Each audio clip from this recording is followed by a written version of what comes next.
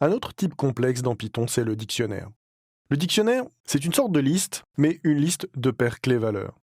Paires clés-valeurs, c'est-à-dire, nous avons pour chaque élément deux parties, la partie clé et la partie valeur, la partie clé qui identifie, si vous voulez, la valeur que nous voulons insérer.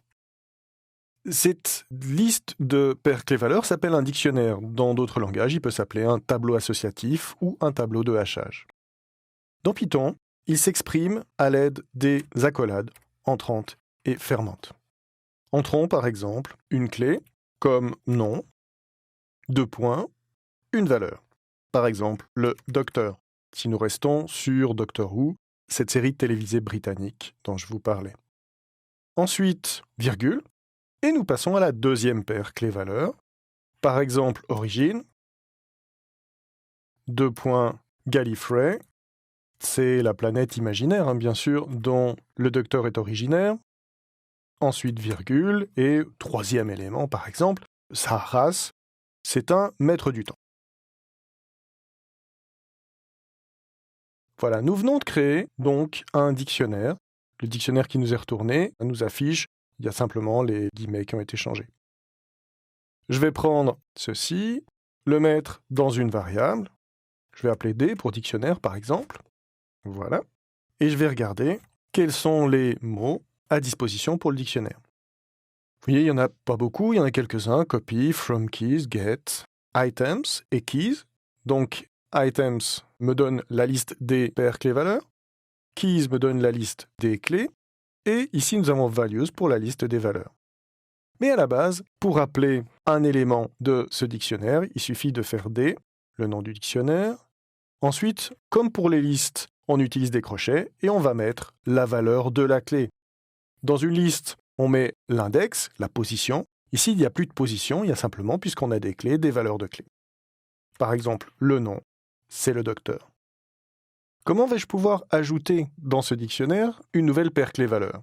Eh bien, simple comme dans Python, D, j'inscris une nouvelle clé, par exemple vaisseau, et je lui donne directement une valeur.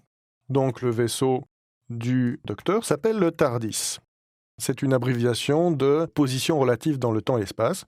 Si vous avez vu la série, mais en fait c'est une vieille boîte, une vieille police box britannique des années 60. Donc voilà pour le TARDIS. Est-ce que ça marche? Eh bien oui. Voyons le résultat de D. Effectivement, vous voyez que TARDIS a été ajouté, le vaisseau, et vous voyez en plus qu'il a été ajouté non pas dans l'ordre d'insertion, mais dans un ordre qui n'a pas forcément d'ordre logique. Il s'agit en fait d'un tableau de hachage. L'ordre est maintenu par Python pour favoriser un accès rapide, optimisé à chaque élément, à chaque clé. Donc vous vous imaginez bien, un dictionnaire Python est très pratique pour stocker des structures de données qualifiées avec des clés et des valeurs. Pour supprimer un élément, vous pouvez utiliser la fonction del en indiquant quel élément vous voulez supprimer. D, on va supprimer l'information de vaisseau. Et voilà, nous sommes à l'état du début. Pour obtenir la liste des clés, vous l'avez compris, nous utilisons la méthode keys qui nous retourne une liste. Vous voyez, c'est bien une liste ici.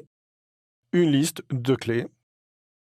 On pourrait le convertir ou le transtyper en une liste en utilisant la fonction list. Donc reprenons ceci à l'intérieur, voilà.